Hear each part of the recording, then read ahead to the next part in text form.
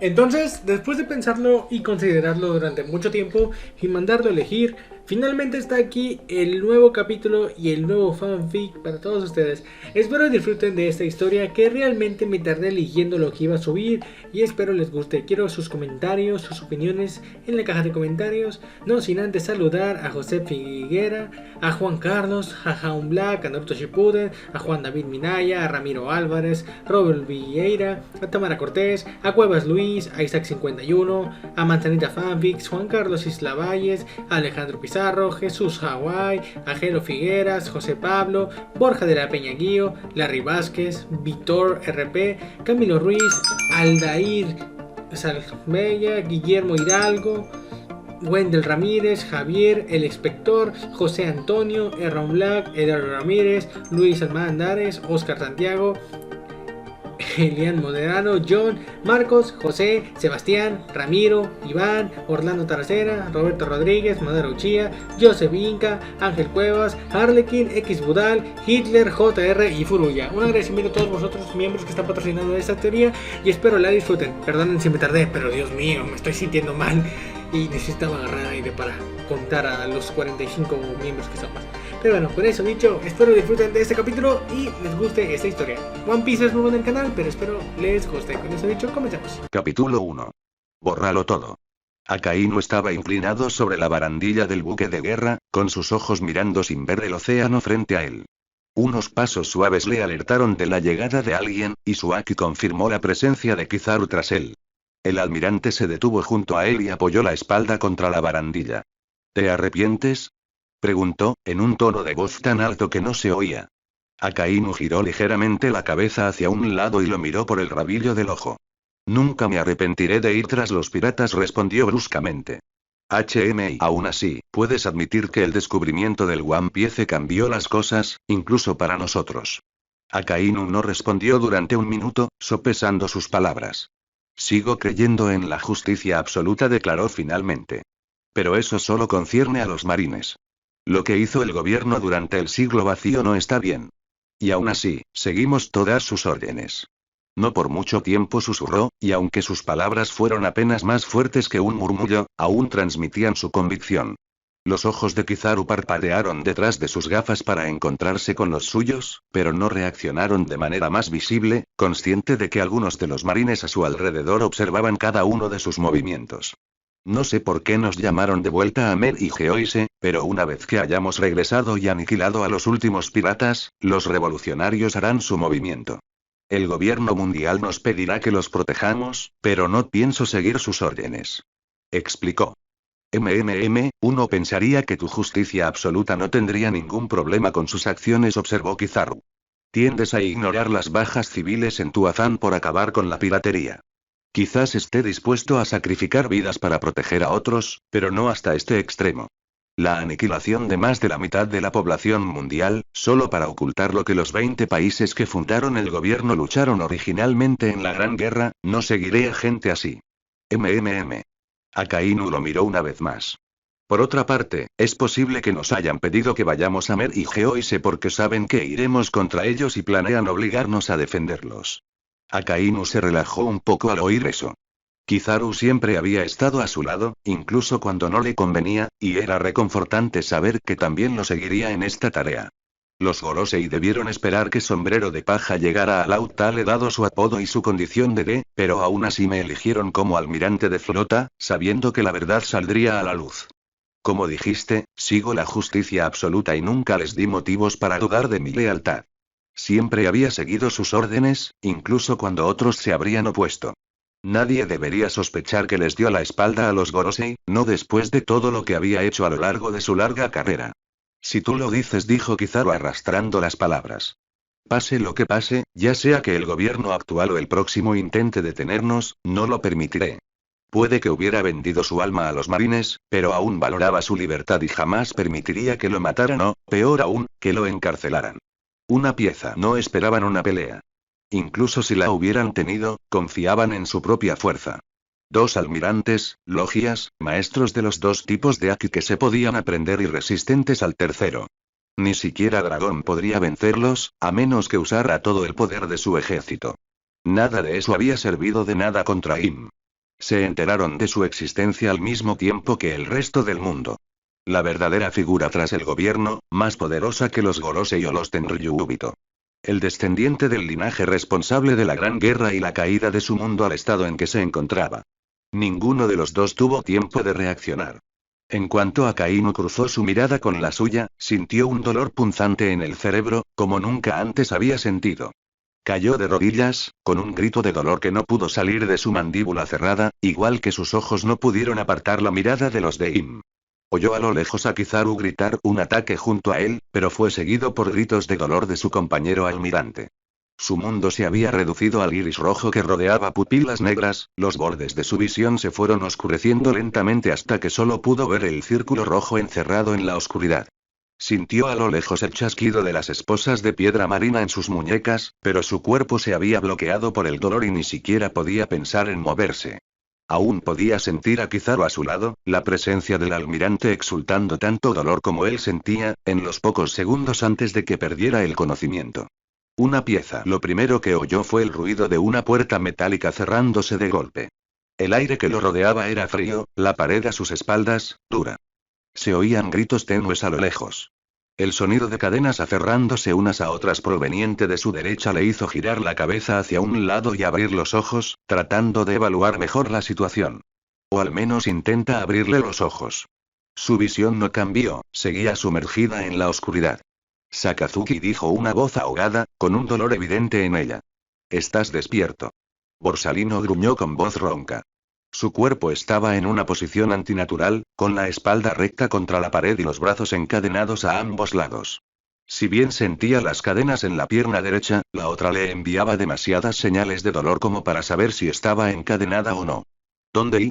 Me temo que nos han enviado a Impel Down, respondió Borsalino, sin oír su habitual acento. Me desperté hace unas horas y parece que están arrestando a todos los consumidores de frutas del diablo que pueden atrapar. ¿Recuerdas lo que pasó? En cuanto me viste, te dejaste caer. Apenas tuve tiempo de atacar cuando sentí un dolor que se extendía de mis brazos al resto del cuerpo, paralizándome. Unos agentes de Cyberpol vinieron a arrestarnos. Después de eso, perdí el conocimiento. ¿Brazos? Gimió Akainu al sentir el temblor en su pierna izquierda. Miré a Ima a los ojos e inmediatamente después de recibir esto, el dolor de cabeza no le hace justicia. Sigo sintiendo algo mal en la cabeza. Ajá, ya lo veo. ¿Ves algo? Akainu se quedó paralizado ante eso. La pregunta era bastante inocua. Borsalino podría haberla preguntado si no hubiera podido ver nada, pero no pudo evitar sentir que no era así. Está todo negro. ¿Qué me pasó? Tu pupila está dilatada como si estuviéramos a oscuras. Te da un aspecto extraño, explicó Borsalino con naturalidad. Guardó silencio unos segundos, dándole tiempo a Akainu para digerir la confirmación de sus sospechas, antes de admitir con un tono extraño en la voz. Perdí los brazos cuando me atacaron por primera vez, creo. El resto de mi cuerpo está bien, totalmente desarmado. Debiste haber despertado y forcejeado, o de verdad tienen algo contra ti, pero te falta media pierna. Kizaru le informó sin rodeos. Akainu inhaló profundamente. Les haré pagar, juró. Aunque el dragón tome el control del gobierno, no nos dejará salir. Y somos nosotros quienes nos aseguramos de que nadie pudiera escapar de Impel Down nunca más. Encontraré la manera. ¿Dijiste que encarcelaban a todos los consumidores de frutas del diablo? Al menos a todos los marines.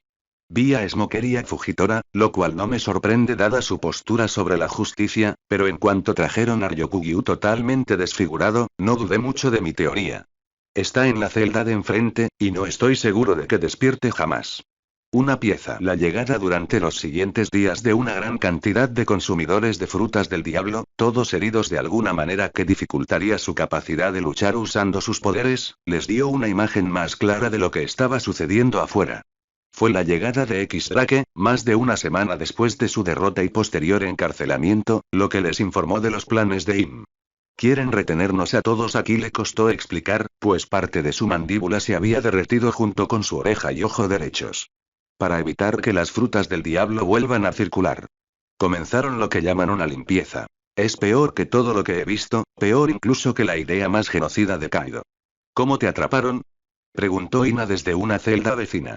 Tenía ambos brazos rotos y en un ángulo que anulaba cualquier posibilidad de que sanaran correctamente, impidiéndole usar la mayor parte de su arsenal si alguna vez lograba liberarse.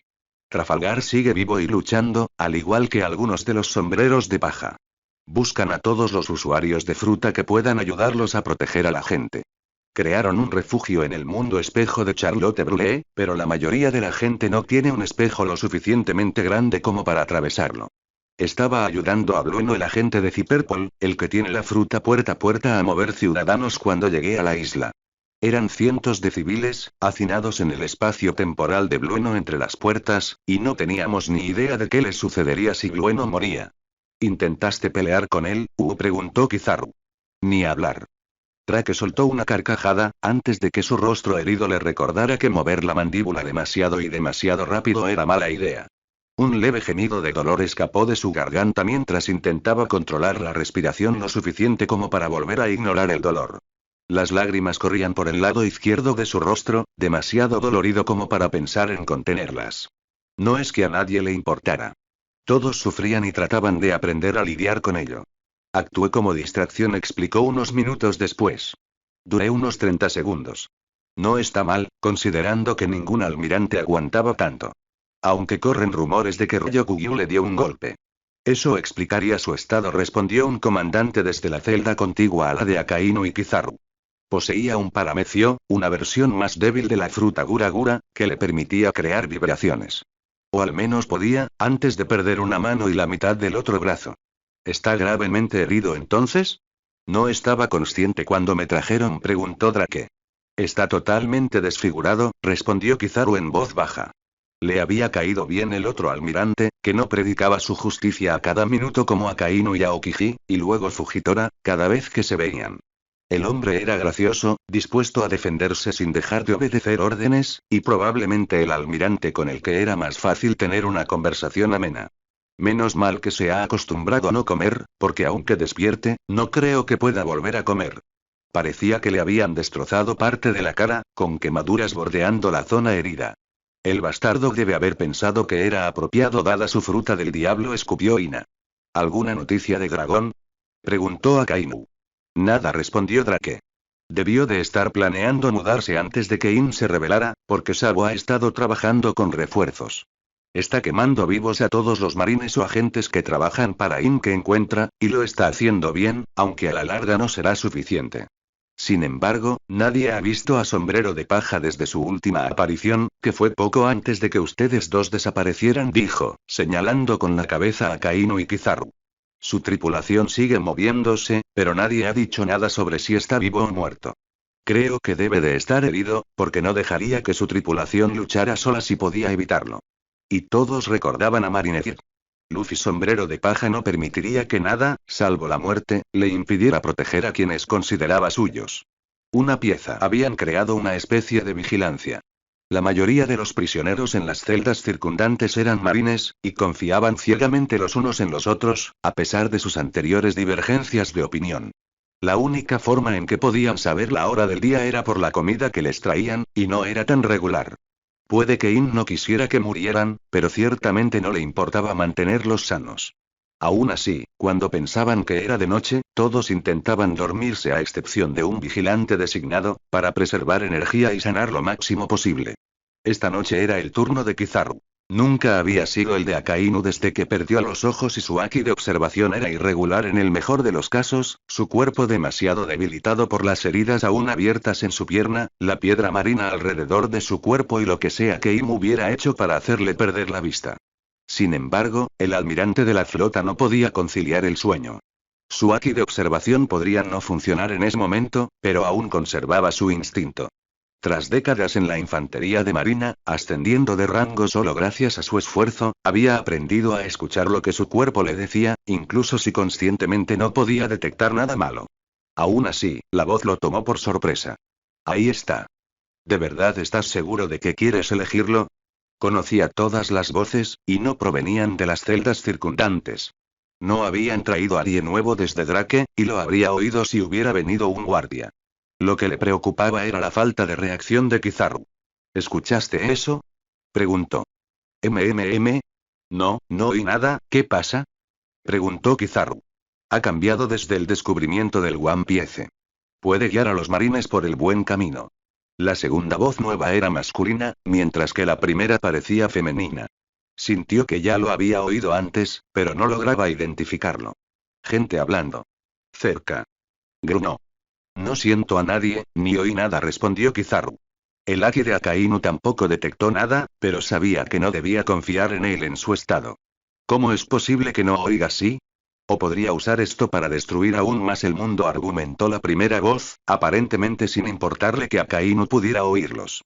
Él sigue siendo el que elijo, dijo con firmeza el segundo. Muy bien. No oía nada moverse, pero de repente supo que había alguien frente a él.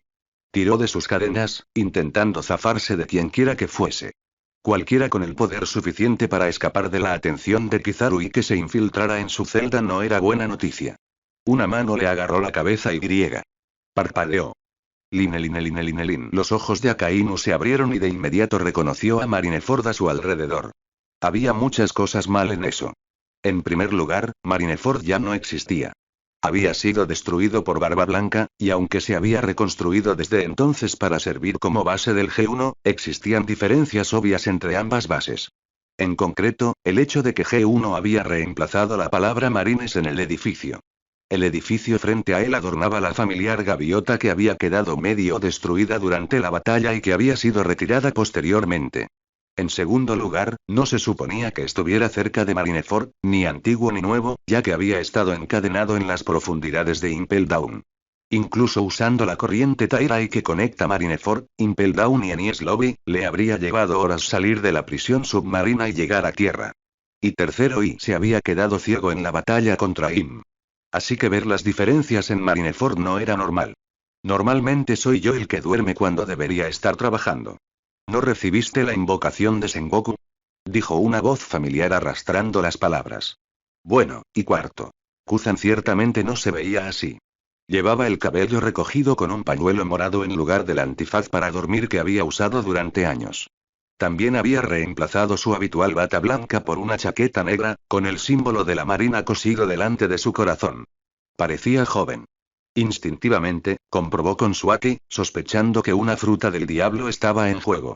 Su Aki de observación se expandió, rodeando todo Marineford, y pudo sentir la presencia de muchos marines, pero aún más importante, pudo sentir la de Kuzan frente a él y la de Zephyr en el cuartel general. Ninguna fruta del diablo fue capaz de afectar al Aki. Si Kuzan era real, si toda esta escena lo era, necesitaba seguirle el juego hasta comprender lo que realmente había sucedido. Xrá que había estado hablando de la fruta puerta a puerta, lo que significa que podría haber terminado en otro mundo si se hubiera producido una fuga y la fruta hubiera fallado o si Gwen hubiera muerto mientras la usaba. Necesitaba evitar atraer la atención equivocada. Tu pereza debe estar afectándome, espetó sin acaloramiento. Hablando de calor, y no podía sentir el familiar zumbido del magma bajo su piel, exacerbando su rabia, queriendo salir y quemar, destruir, y junto con la apariencia de Kuzan, la sudadera familiar que podía sentir en su espalda y el hecho de que Kuzan estaba voluntariamente hablando con él, incluso bromeando, algo que no había sucedido desde Ohara, pintaba una imagen en la que no podía creer. Se levantó de su posición apoyada contra la pared. Recibí la invocación de Sengoku, por supuesto, añadió mientras comenzaba a caminar. Kuzan lo siguió después de una mirada penetrante, el hombre consciente de que había algo extraño sucediendo con él. Antes de su fruta del diablo, antes de Ohara, él y Kuzan invocados por Sengoku al mismo tiempo, solo podía pensar en una cosa. Es hora de poner a prueba su teoría. Oí que convocó a otros vicealmirantes, añadió en cambio. Pase lo que pase, es grave. A ninguno de nosotros nos llamaron para la fuga de Shiki. Podría haber una Booster Call involucrada. Zipper Pol ha estado buscando a Saul Howard de Saul desde que liberó a Nico Olivia. Le informó Kuzan, corrigiendo el nombre del exmarine. Estabas en el Nuevo Mundo cuando todo esto ocurrió, ¿verdad? Regresé hace poco. Me enteré de su desviación, pero no del incidente que la rodeó. Mintió Sakazuki. Esta arqueóloga, Nico Olivia del West Blue, fue descubierta buscando los Poneglyphs. El gobierno mundial ordenó su arresto y descubrió que ella y la otra arqueóloga de su isla natal aprendieron a leer las estelas. Saul fue responsable de su arresto, pero la dejó ir. O lo encontraron y quieren que intentemos atraparlo, o descubrieron de qué isla es Nico y han ordenado una llamada de demolición. Explicó Kuzan. No necesitarían llamar a tantos vicealmirantes para atraparlo, señaló Sakazuki. Cierto. Aún así, el último Booster Call fue contra Douglas Bullet, creo. Es muy cansado de recordar, murmuró. Sí. Han pasado algunos años. En realidad, no. Se había ordenado una llamada de atención en la isla Lodestar, la última isla del Grand Line a la que se podía llegar con un logpose, cuando corrían rumores de que los sombrero de paja estaban allí. Antes de eso, Bullet, una vez más, había sido el objetivo de una. Lo que le recordó que sí, como creía, había viajado en el tiempo, necesitaba planear qué hacer para evitar que los prisioneros del nivel 6 escaparan. Pero primero, O'Hara. La supervivencia de Nico Robin, la única razón por la que ahora conocía la verdad sobre el gobierno mundial. Una llamada de caza ordenó silenciar la verdad, mantenerlo a él y al resto del mundo en la oscuridad. Él no permitiría que eso sucediera. No podía actuar contra la llamada Booster, por supuesto. Había demasiados vicealmirantes e infantes de marina. Pero dejaría escapar el barco de rescate. Ningún otro infante de marina había tenido el valor de seguir sus órdenes hasta este momento, incluso si el objetivo de una llamada Booster era asegurarse de que ningún criminal lograra escapar de la isla, y él había seguido su orden al ordenar la destrucción del barco de rescate. Doberman había hecho lo mismo en Enies Lobby, ordenando la destrucción de uno de los buques de guerra y los miles de infantes de marina que albergaba en nombre de la justicia. Pero ahora sabía que la justicia no provenía del gobierno mundial. La justicia solo podía ser defendida por los marines que hacían lo que consideraban correcto para la seguridad del mundo. No había sido la justicia la que había destruido la nave de rescate. Solo había sido una orden de un miembro asustado del gobierno mundial que no podía afrontar el riesgo de que el siglo del vacío se revelara. Si descubriera que un arqueólogo había sobrevivido a la llamada Booster disfrazándose de civil, no haría nada. Ahora veía que estas personas no habían cometido ningún delito que mereciera la muerte. Ya no sacrificaría vidas civiles para lograr el objetivo de los Gorosei, el objetivo de Im, a menos que estuviera seguro de que su muerte aseguraría la victoria de la justicia absoluta en la que creía. Una que no provenía del gobierno mundial, sino de su convicción de hacer lo correcto. Una pieza. La última vez, había tomado la fuga de Nico Robin como un fracaso personal. Hizo todo lo posible para asegurar la muerte de todos los arqueólogos, y aún así ella sobrevivió. Ahora, solo significaba que no le había costado mucho recordar en qué isla había obtenido su primera recompensa.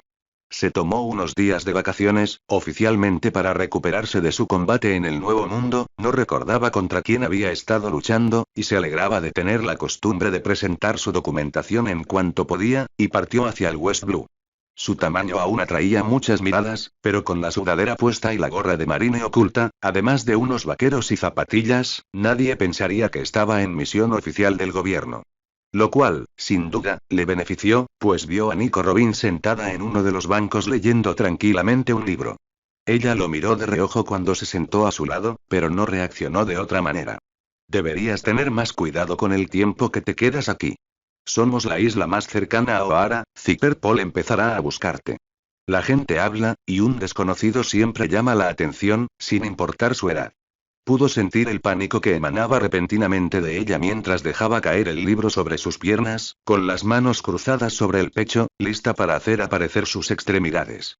Una rápida mirada a su alrededor, sin marines ni nadie sospechoso, detuvo su ataque. ¿Quién eres?, preguntó ansiosamente.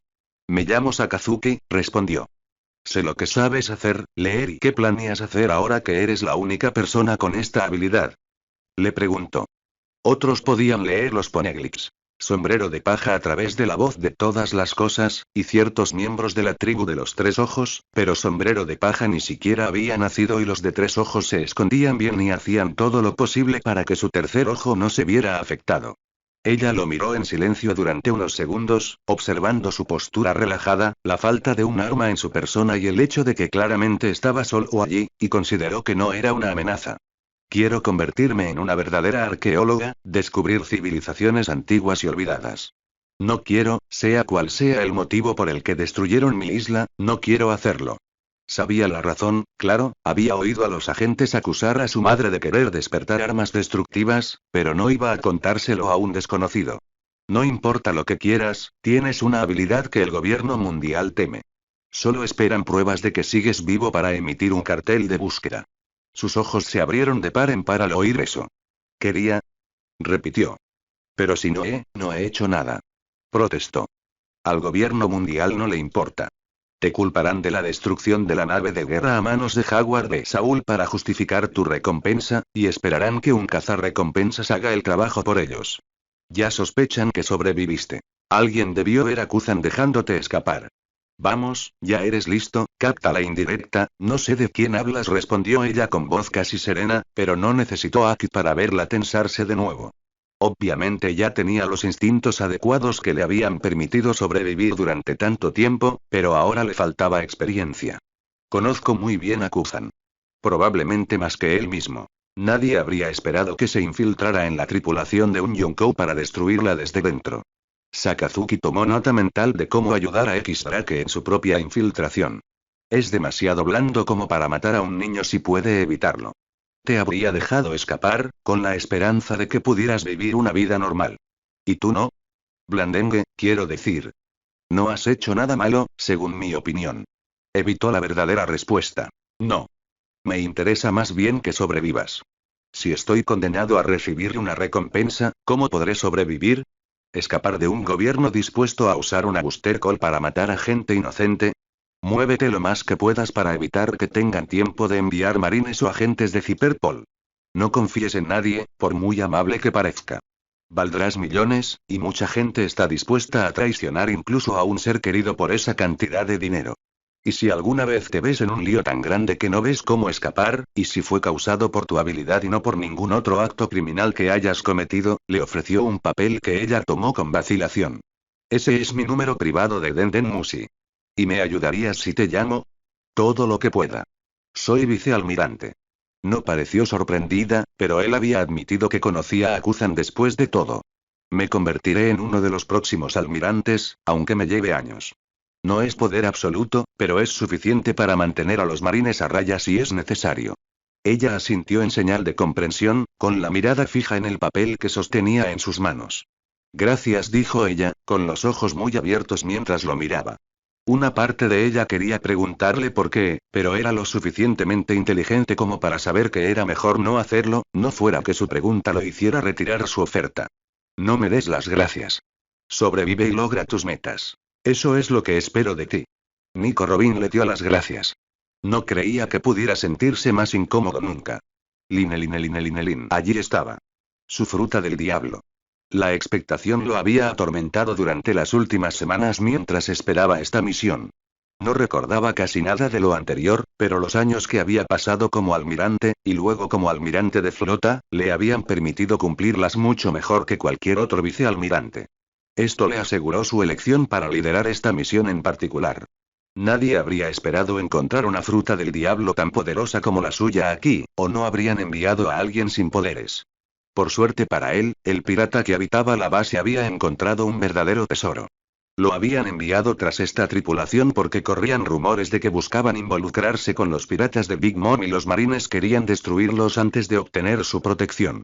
Se había abierto paso luchando, matando fácilmente a todos los piratas que se interponían en su camino, mientras los demás marines seguían su ejemplo. Solo necesitaban al capitán con vida para interrogarlo, así que no perdieron el tiempo con los soldados rasos. Su ritmo se había acelerado hasta que encontró el camarote privado del capitán, y en él el cofre que contenía su fruta del diablo. Como su rango era superior al de contraalmirante, podía comer cualquier fruta del diablo que encontrara en acto de servicio sin necesidad de permiso del almirante de flota. No creía que Sengoku no Kon sería Kon durante unos años más le hubiera impedido comerla si la hubiera reportado como una fruta del diablo, pero si hubieran sabido que era una logia, no habría apostado por ello. ¿Es eso una fruta del diablo? Preguntó Onigumo, recién ascendido a contraalmirante, mientras entraba en la habitación donde estaba Sakazuki, limpiando la sangre de su espada. Sí, lo es, respondió Sakazuki, inclinando el cofre hacia el que había sido uno de sus vicealmirantes favoritos. Tanto él como Doberman eran de los pocos dispuestos a hacer lo correcto, sin importar cuánto los odiaran por ello. ¿Está todo hecho? ¿Te lo vas a comer? Y sí, el capitán fue arrestado, así como un hombre que intentaba destruir documentación importante. Los demás fueron aniquilados. Sería una estupidez no comer una logia. La última vez, tuvo que regresar a Marineford y buscar en la enciclopedia de frutas del diablo antes de descubrir su poder y decidirse a comerla. Ahora que sabía que Barba Negra había obtenido su fruta del diablo traicionando a Barba Blanca tras 20 años en su tripulación, no se dejaría vulnerable, por mucho que confiara en los demás marines. Ahora, reconoció su fruta del diablo tan pronto como la vio. ¡Qué suerte!, murmuró Onigumo. Eso sin duda te pondrá en la cima para el ascenso a almirante. Borsalino y Kuzan son dos estrategas poderosos y buenos, y ya han obtenido sus frutos durante años, comentó. Borsalino había ascendido primero a almirante, ocupando el puesto de Sengoku cuando este ascendió a almirante de flota tras el semi-retiro de Kong. Los otros dos almirantes eran mayores y tenían su rango desde hacía años, y solo se quedaban porque aún no habían hecho nada para ser despedidos, pero definitivamente eran demasiado viejos para ser útiles en combate. La incorporación de Borsalino, con la mitad de su edad, alteró la rutina a la que se habían acostumbrado, y no tardó mucho en ser retirados forzosamente, lo que condujo a su propio ascenso y, poco después, al de Kuzan. Dado lo mucho que insistieron en ascender a Garb la última vez, probablemente le vuelvan a pedir, dijo Onigumo, con un tono de burla en su voz. Algunos lo consideraban aún más héroe cuando rechazó el ascenso tras el incidente de Gobayei, en la cima de su carrera, y luego cuando luchó contra Shiki en Marineford, pero ambos sabían por qué no había aceptado. Garb nunca había tenido miedo de forzar las reglas para adaptarlas a su idea de lo correcto. No había investigado por qué Monkey y Luffy y Gold Ace habían sido criados como hermanos, pues sabía que Garb lo quería muerto por lo que le hizo a puño de fuego y no quería provocar más su ira, pero sospechaba que Garb había sentido compasión por su enemigo de toda la vida y había decidido cuidar de su hijo. No era el tipo de hombre que aceptaría matar niños si podía evitarlo. No tenía ni idea de lo que le había sucedido cuando In se volvió contra los consumidores de frutas del diablo. Garp odiaba a los Tenryubito incluso sin saber cómo habían alcanzado su poder, y no habría dudado en luchar contra In para proteger a los civiles. No había sido arrojado a Impel Down, eso lo sabía, y era un oponente formidable con un Aki solo comparable al de Sengoku y 3 de los 4 emperadores. Se preguntó si había importado al enfrentarse a la extraña habilidad de Im. Si bien no había afectado directamente a su Aki, sí le había hecho algo en el cerebro que le impedía usar la observación con eficacia. Garp estaba acostumbrado a luchar contra usuarios de frutas del diablo, pero no contra alguien como Im. Había intentado, sin éxito, averiguar qué fruta del diablo era. Hasta el momento, no había encontrado nada. Sospechaba que se trataba de un paramecio, ya que había tantos que no todos habían sido registrados. Suponía que algo relacionado con la mente, haciéndoles sentir dolor cuando no lo sentían, aunque eso no explicaba las heridas que había oído que tenían Drake o Ryokugyu. Es un secreto a voces lo que piensa de los altos mandos. No sé por qué le preguntan cada pocos años, insistieron tanto cuando le preguntaron después de la fuga de Shiki. Dijo, manteniendo viva la conversación. No era tan estúpido como para decir en voz alta que Garp odiaba a Tenryubito, pero Onigumo sabía exactamente a qué se refería. Sigo pensando que serías un buen almirante, dijo finalmente Onigumo. Cualquiera sería un buen almirante cuando ves quién está en el puesto ahora mismo, respondió secamente Sakazuki. Aún no estaba acostumbrado a bromear con alguien que no fuera Kizaru, pero era agradable. Las únicas personas dispuestas a hablar con él sobre algo más que el trabajo una vez que llegó a almirante de flota habían sido Fujitora y Ryokugyu, y su relación con Iso se había tensado después de Dressrosa. Sengoku es bueno. Los demás y creo que ya eran viejos cuando Kon aún era almirante, protestó Niumo. La cabra de Sengoku se comió el último papel de vacaciones de Borsalino. Es mi deber como amigo odiarla, y a él por extensión. Una pieza habría pensado que esta vez sería más fácil controlar su fruta del diablo, dado que ya llevaba más de 20 años conviviendo con ella. Pero parecía que algunas cosas no iban a cambiar. Al menos esta vez no estalló en llamas en su oficina. No, fue peor. Ocurrió en la oficina de Borsalino. El hombre no tuvo reparos en usar este incidente para afirmar que había hecho todo el papeleo y que era deber de Sakazuki hacerlo de nuevo. Bastardo oportunista. Eso había hecho que Onigumo y Kuzan pasaran más tiempo juntos, reuniéndose en la oficina de Borsalino para verlo revisar una montaña de papeleo y burlarse de él en silencio. Sabían que era mejor no burlarse abiertamente, o al menos Onigumo lo sabía, pero podía sentir la risa en sus ojos. Incluso Yamakagi, recién ascendido a Komodoro, se había detenido varias veces. No estaba seguro de si era porque quería ver su dolor con sus propios ojos o si solo esperaba vislumbrar a Garp o Sengoku. Su admiración por el héroe seguía siendo fuerte incluso 20 años después. En fin, tenía más gente amable y dispuesta a hablar con él de lo que hubiera imaginado. O al menos no le tenían miedo ni le repugnaban abiertamente. Parecía que sus acciones durante Ohara la última vez lo habían marginado de la fuerza. Su obstinado enfoque en ascender de rango y defender la justicia probablemente no había ayudado. Pero ahora, nadie lo odiaba por Ohara. Kuzan seguía hablándole, y no con la cortesía, sino con la frialdad a la que se habían acostumbrado. Estaba más concentrado en acercarse a las personas que sabía que serían útiles o que se unirían a su forma de ver la justicia. Un número sorprendentemente alto de personas se había mantenido en el mismo rango o apenas había ascendido en 20 años. No valía la pena invertir en ellos. Pensar en la amistad de Kuzan, lo haría todo más fácil. Incluso si evitaba el desastre que había sido, o sería, la batalla de Marineford, Sengoku algún día se retiraría, y él o Kuzan ascenderían a almirante de flota. No tendrían que luchar por el puesto. Él seguía anhelándolo, por supuesto, pero no ser el almirante de flota le daría más libertad para actuar, incluso contradiciendo las órdenes. Sus almirantes, sin duda, no tenían reparos en hacerlo descaradamente cuando él ocupaba el puesto. Los marines estarían más unidos que nunca, y el día que tuvieran que volverse contra el gobierno mundial, lo harían como uno solo. La visión del futuro era agradable, pero dormirse después de pasar horas encerrado en la oficina de Borsalino sería aún mejor.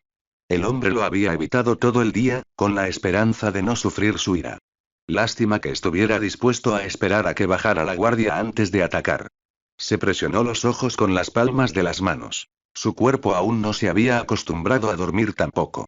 Quería terminar esto hoy, pues no estaba dispuesto a pasar más de un día haciendo el trabajo de Borsalino, pero era tarde y no había dormido mucho la noche anterior.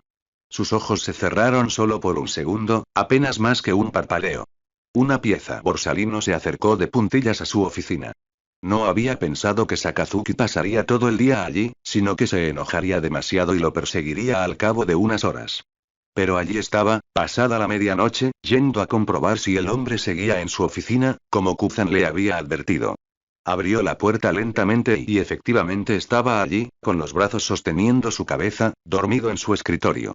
Si hubiera sido mejor hombre, se habría sentido culpable por esto. Solo sentía un ligero temor a la venganza de Sakazuki, porque no tenía duda de que el hombre se vengaría de él. Puso su mano sobre su hombro, dispuesto a despertarlo y tratar de disminuir la rabia que su compañero vicealmirante seguramente sentiría, y se encontró violentamente arrojado contra una pared, una mano cubierta de magma agarrando su clavícula y manteniéndolo inmovilizado. No pudo reaccionar, aturdido por la violencia y las emociones que podía ver girando en los ojos generalmente inexpresivos de Sakazuki. La expresión de Sakazuki tardó un segundo en aclararse, y de inmediato lo soltó, tambaleándose hacia atrás unos pasos, con los ojos fijos en la piel ampollada del cuello de Borsalino. ¡Mierda! Sakazuki exhaló, dándose cuenta de repente de lo que había hecho. Lo siento. Se detuvo. Hacía tiempo que no sentía la necesidad de explicarse, pero claro, nunca había atacado a Borsalino así. ¿Estás bien?, preguntó Borsalino, ignorando el dolor por ahora, incluso si dolía muchísimo. Y ahora Sakazuki necesitaba explicarse, porque uno no ataca a alguien al despertar si realmente está bien, y Borsalino merecía al menos que no le mintieran en la cara después de soportarlo durante todos esos años. Pensé que estaba en otro lugar. En una celda en Impel Down. Contigo encadenado a mi lado. Que alguien se acercara lo suficiente como para despertarme tocándome habría sido un desastre allí. No debería haber perdido el control de esa manera. Deberías entrenar más con Kuzan. Al menos hasta que recuperes el control. Claro, luchar contra Kuzan, como si no le recordara su duelo en Pancazard y lo pusiera aún más nervioso. Aún así, necesitaba controlar su fruta del diablo antes de que algo así le sucediera a alguien menos comprensivo y resistente que Borsalino, y luchar contra el único hombre que podía contrarrestar sus poderes fácilmente era la mejor manera de hacerlo. Déjame buscarte un médico. No voy a dejar que Kuzan vea que te falta la mitad de la piel del cuello. Pensaría que te ataqué por obligarme a hacer tu papeleo. Sí que suele pensar mal de ti. Sakazuki solo miró la quemadura, sin dignarse a responder. Kuzan era muy consciente de su naturaleza, y aunque no atacaría a un compañero marine por algo trivial como lo que hizo Borsalino, no tenía reparos en matarlos por desobedecer sus órdenes. Aunque ya no lo hacía, ya que algunos lo veían con malos ojos y retrasaría su objetivo de unir a los marines, Kuzan no había olvidado que lo había hecho antes. Line. La ceremonia de ascenso a almirante fue tan aburrida como la primera vez. Borsalino, quien había estado detrás de él todo el tiempo porque había sido ascendido un par de meses antes, logró parecer aún más aburrido de lo habitual. Al menos, cuando Kuzan fue a felicitarlo, la conversación no fue tan incómoda y forzada como la última vez, donde solo se trataron con cortesía porque ninguno quería mostrar disensión entre las filas frente a los Gorosei. Todos sabían que Kuzan ascendería a almirante poco después de él y querían presentar un frente unido, pero todos los marines presentes en la sala eran conscientes de su profunda antipatía. Esta vez, Kuzan había sido sincero. Su amistad, aunque no profunda, había logrado superar sus diferencias de opinión, y sabía que podría confiar en el otro marine para protegerlo cuando fuera necesario. Un estruendo lo sacó de sus pensamientos y giró la cabeza para ver que un joven marine había caído y parpadeaba desconcertado desde su posición en el suelo. Su cabello semilargo caía en ondas rubias alrededor de su rostro, y sus ojos granates bajaron rápidamente la vista al suelo mientras sus mejillas se enrojecían de vergüenza. Sakazuki intentó recordar dónde lo había visto antes cuando Sengoku le extendió la mano para ayudarlo a levantarse del suelo, y de repente lo comprendió. Don Quixote Rocinante. Hermano de Doflamingo e hijo adoptivo de Sengoku. Asesinado por su propio hermano por razones desconocidas mientras trabajaba de encubierto, a pesar de que la aparición de Trafalgar Law años después con la Ope no Mi y su lucha contra Doflamingo le habían dado una buena idea de lo que realmente había sucedido. Al verlo tan joven, pues no debía de tener más de 20 años, y agradeciendo tímidamente a Sengoku por su ayuda mientras se frotaba la nuca, no vio ninguna similitud con Doflamingo. El antiguo, futuro, señor de la guerra ya tenía su propia recompensa y se le veía riendo alegremente con ella, extendiendo los brazos sobre un familiar abrigo de plumas rosas, mientras se veía un pueblo ardiendo al fondo. El hecho de que pudiera salvar a Rocinante lo golpeó de repente. Antes no le había importado el hombre. Su conexión con un pirata había bastado para descartarlo inmediatamente como insignificante, pero, por lo que recordaba, había estado informando diligentemente a Tsuru de cada movimiento de Doflamingo y había ayudado a retrasar su plan de apoderarse de Dressrosa durante unos años, ya que Doflamingo había abandonado el Nord Blue solo después de su muerte. Sin embargo, lo poco que recordaba no le bastaba para idear un plan real para evitar su muerte. Sabía que había habido un trato por la Ope no Mi. No olvidaría una fruta tan poderosa, pero no recordaba quién la tenía ni cuándo, solo que el cuerpo de Rocinante había sido encontrado allí con pruebas suficientes para indicar que Doflamingo había sido el asesino. Tendría que esperar a que se acercara la fecha del trato para empezar a planificar. Podría asegurarse de contar con apoyo directo. Tsuru, que había sido quien persiguió a Doflamingo y la que estaba más cerca del lugar del trato, podía ordenarle que se asegurara de que Rocinante no resultara gravemente herido. Pero incluso si esperaba cerca de la isla donde tuvo lugar el intercambio con un médico listo, no sería suficiente. Pasarían minutos entre que dispararan a Rocinante y que el médico lo encontrara, lo que no garantizaría su supervivencia. Ver a Sengoku moverse bruscamente para agarrar la espalda del uniforme de Rocinante antes de que éste tropezara con un miembro del Gorosei le hizo recordar que el hombre era muy propenso a los accidentes. Quizás una forma de protegerse de las balas sería una mejor idea. Una pieza. Con este plan en marcha, no tardó mucho en encontrar la fecha de nacimiento de Rocinante -15 de julio, y acorralarlo al salir de la oficina de su padre adoptivo. ¿Necesita algo, señor?, preguntó Rocinante con cansancio, con la mirada fija en el suelo para no hacer el ridículo frente al nuevo almirante cayéndose inmóvil. Te he visto varias veces por Marineford, dijo Sakazuki, apoyándose tranquilamente en su escritorio. Siempre te las arreglabas para prenderte fuego o tropezar con el aire. Ignoró la tensión en la mandíbula de Rocinante ante lo que consideró el inicio de una burla. No podía dejar que el hijo de Sengoku se suicidara estando yo cerca, así que toma esto. Le tendió en la mano una caja cuidadosamente empaquetada y esperó a que Rocinante la tomara lentamente. ¿Qué pasa, señor? Algo para protegerte. Anda, ábrelo. Rocinante sostenía con cuidado la caja en una mano, mientras con la otra arrancaba el envoltorio y la abría. Parpadeó sorprendido al ver los guantes y la extraña camisa que había debajo. Los guantes son ignífugos. Mantener las manos vendadas cerca de los cigarrillos solo parece provocar que te incendies con más frecuencia. Explicó, inclinando la cabeza para señalar las vendas que le rodeaban la mano izquierda y la quemadura que se asomaba por debajo. Se ha cosido una mezcla de acero y carbono en la camiseta. Está cortada de forma que la hace invisible bajo el uniforme, y el material debería ser lo suficientemente resistente como para protegerte de la mayoría de los impactos y evitar que te rompas las costillas al caerte de nuevo en el comedor. Se supone que también protege contra las balas, pero intenta no probarlo. Añadió la última parte como si fuera una ocurrencia posterior y no el objetivo principal del regalo. No hacía falta que Rocinante lo interrogara, y esperaba que así, al hombre se le ocurriera usarlo cuando fuera de incógnito. Gracias, señor. No sé qué decir. Veo que cada vez que te prendes fuego, Sengoku está un paso más cerca de ordenarme que me convierta en tu mechero privado. Es un regalo egoísta, la verdad. Respondió con naturalidad. Una sonrisa iluminó el rostro de Rocinante, y lo reconfortó con la idea de que realmente no se parecía en nada a su hermano. Siempre había un tono frenético en las sonrisas de Doflamingo, por mucho que pareciera divertirse, pero la de Rocinante suavizaba su rostro y hacía que quisieras devolverle la sonrisa para compartir su alegría. Intentaré disuadirlo, señor. Vamos, tengo otras cosas que hacer. Sé que los guantes interferirán con tu trabajo. Le sorprendió saber que Rocinante había sido francotirador en la infantería de marina, y mejor que la media, pero piensa en usarlos cuando quieras fumar. Al menos cuando tu padre pueda verte. Una pieza. Rocinante dejó el catalejo que había estado usando para buscar naves marines ocultas en la isla Minion y miró a Lau, quien apenas parecía conservar la consciencia y respiraba con dificultad, con su pequeño cuerpo oculto en la manta que lo protegía del frío. Tenía las mejillas sonrojadas, un enrojecimiento visible a pesar de las manchas blancas que cubrían más de la mitad de su rostro. No podía arriesgarse a ir a otro sitio dada la posición de los barcos de la marina y el lugar al que Doflamingo probablemente llegaría. Miró hacia el acantilado donde había amarrado su bote y decidió que la mejor manera de entrar en la isla sin ser detectado era escalarlo.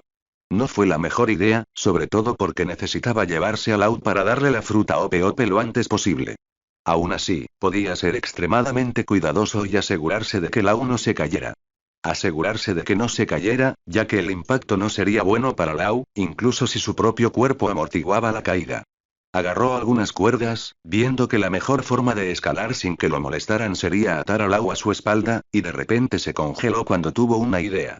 Intentaba engañar a los piratas de Don Quixote, a los piratas de los barriles y a la marina, mientras protegía a Lau. Necesitaba toda la ayuda posible. Soltó las cuerdas y comenzó a buscar frenéticamente entre las pocas bolsas que tenían en el barco, seguro de que no habría dejado el regalo de Akainu atrás para que Doflamingo lo encontrara. «Kora-san», llamó Lau débilmente, abriendo un ojo para ver lo que hacía. «¿Todo bien?» «No te preocupes», respondió con una sonrisa forzada. «Solo me aseguro de no hacerme daño robando la Ope Ope no Mi». Se quitó la capa de plumas y la camisa que llevaba debajo, ignorando la débil protesta de Lau de que hacía demasiado frío para desvestirse, y se puso la camiseta interior. Le quedaba un poco apretada, ya que había crecido con los años que llevaba con Doflamingo, pero aún le quedaba bien. «Vamos, Lau, en unas horas estarás curado», le aseguró. Una pieza. Parecía que, por mucho que la gente intentara evitar que se hiciera daño, siempre encontraba la manera. Tropezó en el momento menos oportuno, cayendo de lleno sobre un grupo de piratas de barrel, y recibió varios disparos antes de escapar. La camiseta interior parecía haber sido efectiva, ya que detuvo la mayor parte de la bala que impactó en su pecho, aunque uno de los hombres estaba especialmente cerca cuando disparó y la bala logró atravesar la protección. Aún así, mantuvo la presión sobre sus heridas y evitó que se desangrara. Sin embargo, no afectó en absoluto las heridas de bala en sus piernas y brazos.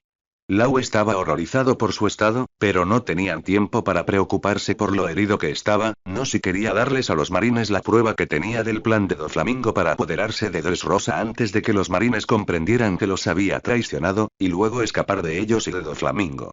Sin embargo, las heridas en sus piernas le causarían demasiados problemas si no se atendían, y había decidido enviar a Lau a entregar los resultados de 4 años de trabajo a los marines mientras él le extraía las balas del cuerpo.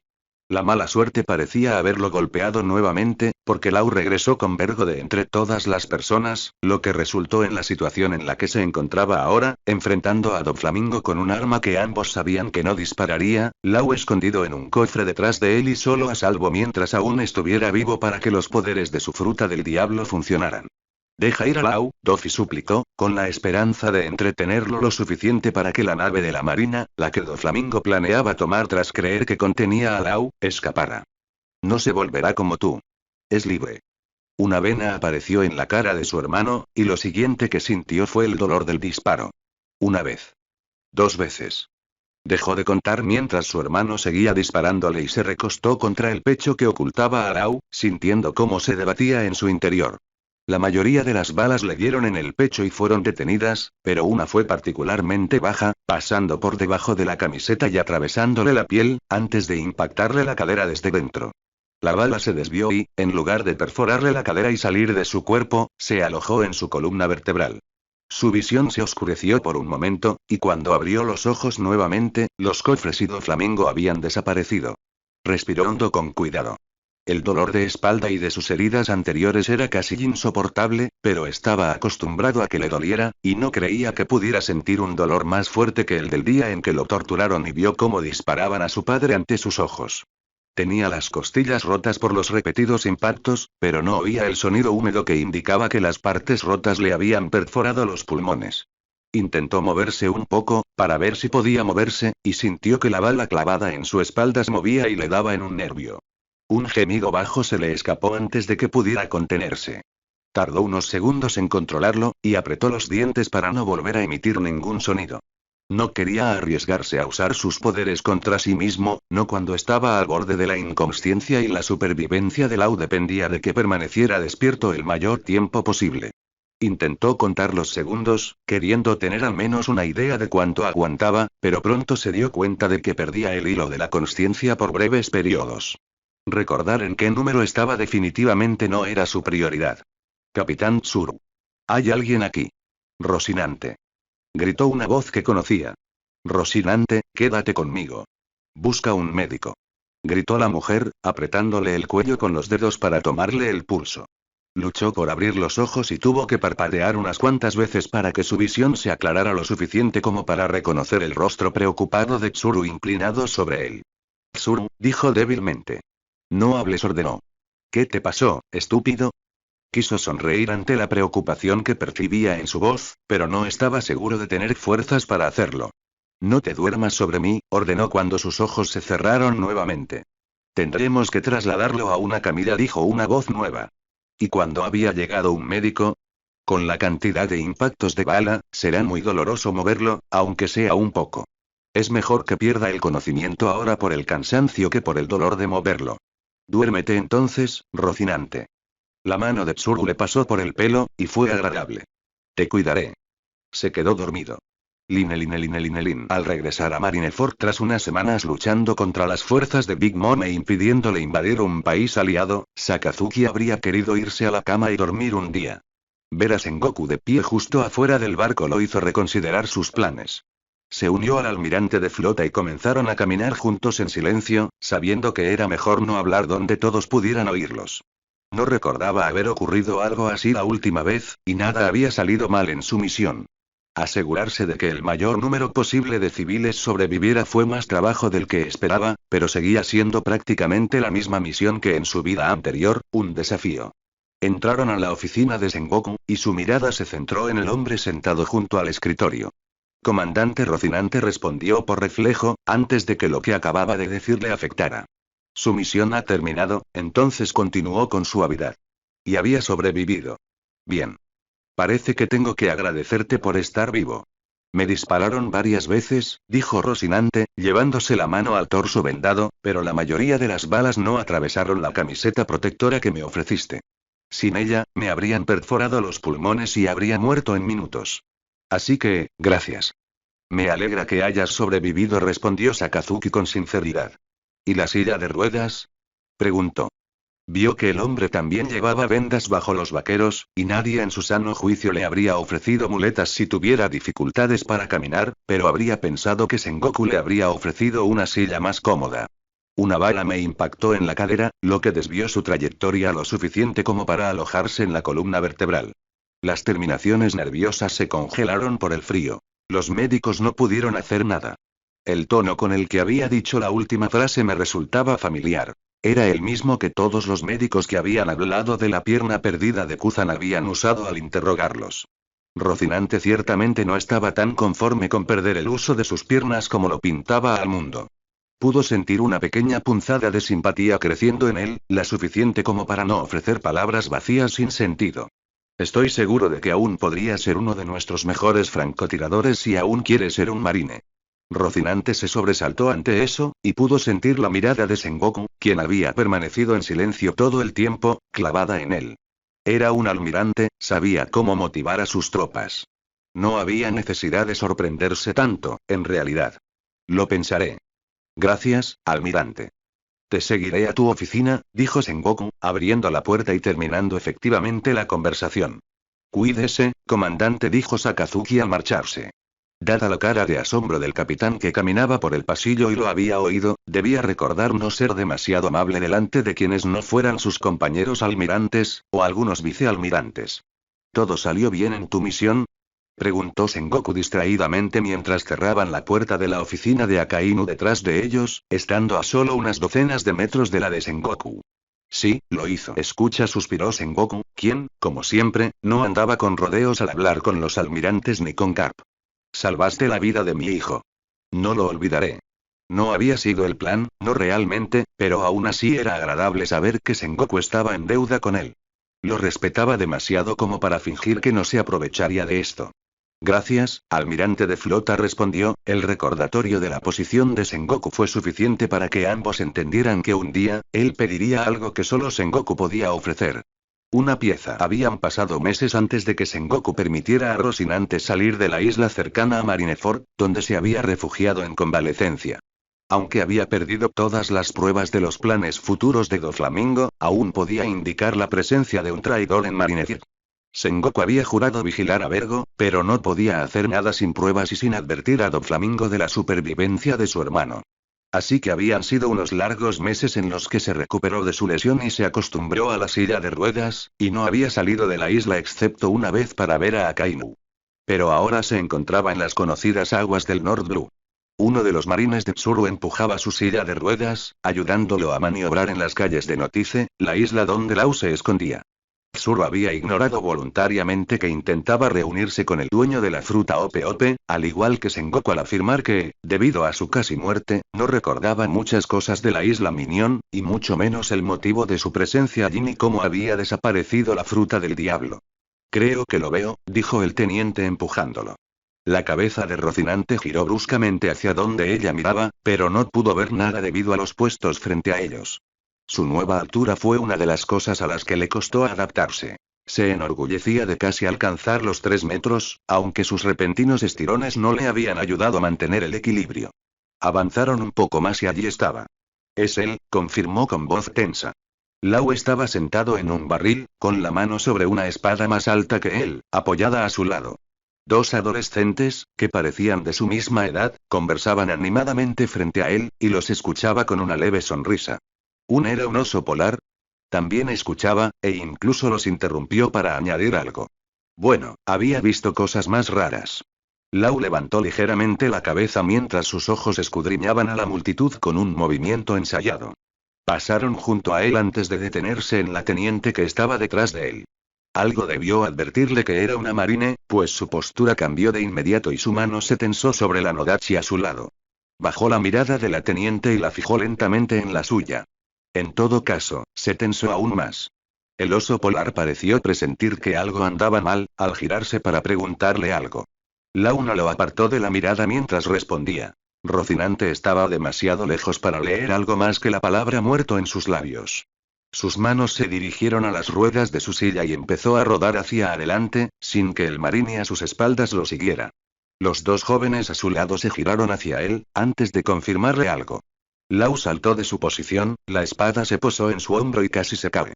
Empezó a caminar lentamente hacia él, con una expresión vacía en el rostro.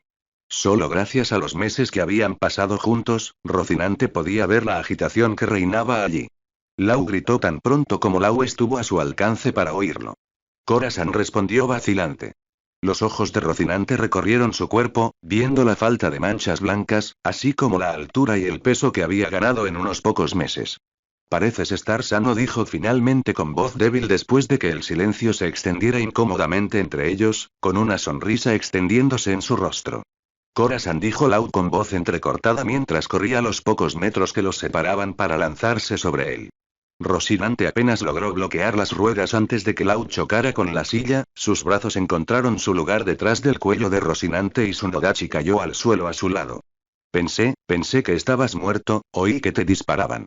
Lau sollozó y, joder, no sabía qué hacer consigo mismo, lo había hecho llorar. Dijiste que Doflamingo no te haría daño. Añadió, levantando la cabeza de donde estaba llorando sobre su hombro para mirarlo acusadoramente. Lo siento. Lo siento mucho, Lau. Nunca quise dejarte. No podía abordar el hecho de que le había prometido que Dofi no le haría daño, pues sabía perfectamente que su hermano era más que capaz de matar a su familia. Estaba muy herido, y me costó mucho recuperarme, pero en cuanto pude quise hacerte saber que seguía vivo. Lau se desenredó de su alrededor y dio un paso atrás como si notara la silla de ruedas por primera vez. ¿Qué pasó? Una de las balas me rompió la columna, respondió Rocinante. Puedo curarte, ofreció Lau inmediatamente, como si ni siquiera necesitara pensarlo. No, dijo con fuerza Rocinante. Lau se quedó sorprendido ante su respuesta. No te pediré que hagas esto. No te ayudé ni te di la Ope Ope no Mi porque quisiera algo de ti después. Nunca más tendrás que hacer algo que no quieras, ¿entiendes? Sí, dijo Lau después de tragar saliva con fuerza para evitar que las lágrimas volvieran a brotar. Lo sé. Me has salvado la vida, Khorasan. Tú eres lo más parecido a un padre que tengo. Quiero sanarte. Estuve unas horas en la nieve antes de que me encontrara un médico. Dijeron que me faltan los últimos 5 centímetros de nervios en la base de la columna porque la bala los impactó en ángulo y cada vez que me movía, se movía también. Por la cara de Lau, era tan malo como sonaba. Sin embargo, no esperaba volver a caminar, y encontraría la manera de ser útil sin estar cerca de Doflamingo, incluso en una silla. Lau miró a su alrededor durante unos segundos para evitar su mirada, antes de ver al marine parado a unos metros de distancia, sin mirarlos. Me dijiste que eras marine, continuó rápidamente antes de que a Rocinante se le ocurriera una respuesta. Lo supe desde tu primera llamada, en el Den Mushi. Fue a casa de Sengoku, ¿verdad? El almirante de flota. Vimos una grabación de su discurso cuando se convirtió en almirante de flota en la escuela. Reconocí la voz. Sí, era él. Sé que odias al gobierno mundial, y no quería que... No te odio, lo interrumpió Lau. ¿Pero qué significa eso para ti? Tú, querían la Ope Ope no Mi, y me la diste, susurró. El trauma del disparo me hizo olvidar muchos recuerdos de ese día. Rocinante, por alguna razón, mantuvo la compostura. No tengo ni idea de qué pasó con la Ope Ope no Mi. Pero Doflamingo cree que estoy muerta y no puedo arriesgarme a volver al Nord Blue. Vergo, comenzó a protestar Lau. Estaré bajo vigilancia y me mantendrán alejado lo más posible. Lo que significa que me encontraré con uno de los otros Blues. Entonces no te volveré a ver, dijo Lau. Te daré mi número privado de Den Mushi en cuanto tenga uno nuevo. No podré venir, pero espero que sigamos en contacto, dijo con esperanza. Si alguna vez te encuentras en apuros, te ayudaré, aunque me cueste la vida. Pero sé que no puedo llevarte conmigo, y así seguiré teniendo el poder de un marine para acudir en tu ayuda si la necesitas. Yo, no sabía qué decir. Khorasan estaba allí, vivo, y arriesgando su vida si Doflamingo alguna vez lo descubría. Enderezó los hombros. Mantendría a Khorasan a salvo y aún así derrotaría a Doflamingo, esta vez no como venganza, sino para que algún día ambos pudieran vivir con normalidad. Entonces necesito presentarles a mis amigos, dijo, recordándolos de repente. Penguin y Shachi los observaban con recelo, Beppo giraba las patas con ansiedad. Les dijo que vinieran con un gesto de la cabeza y se agachó para levantar a Kikoku, ofreciéndoselo a Beppo cuando el Ming los alcanzara. Shachi, Beppo, Pingüino, este es Khorasan. Por su expresión, lo habían comprendido y parecían recelosos, pero felices por él. Les había dicho que Khorasan había muerto, que esa era la razón por la que se había convertido en su propio capitán y planeaba detener a Doflamingo. Khorasan, ellos son Shachi, Beppo y Pingüino. Son mis amigos y mi tripulación, añadió tras una vacilación. Mucho gusto. Espero que cuides de Lau por mí, dijo con una sonrisa, sin sorprenderse en absoluto de que Lau se hubiera convertido en pirata. Desde luego, no se habría convertido en marine. Claro que sí. Exclamó Beppo, antes de agachar la cabeza. Lo siento, susurró. Está en buenas manos con nosotros, aseguró Penguin, ganándose una mirada dudosa de Lau y Shachi, el traidor. ¿Puedes quedarte unas horas más? Preguntó Lau con esperanza. Quiero contarte lo que ha pasado estos últimos meses. Claro. Pero tendré que irme hoy, mi barco sale a última hora de la tarde.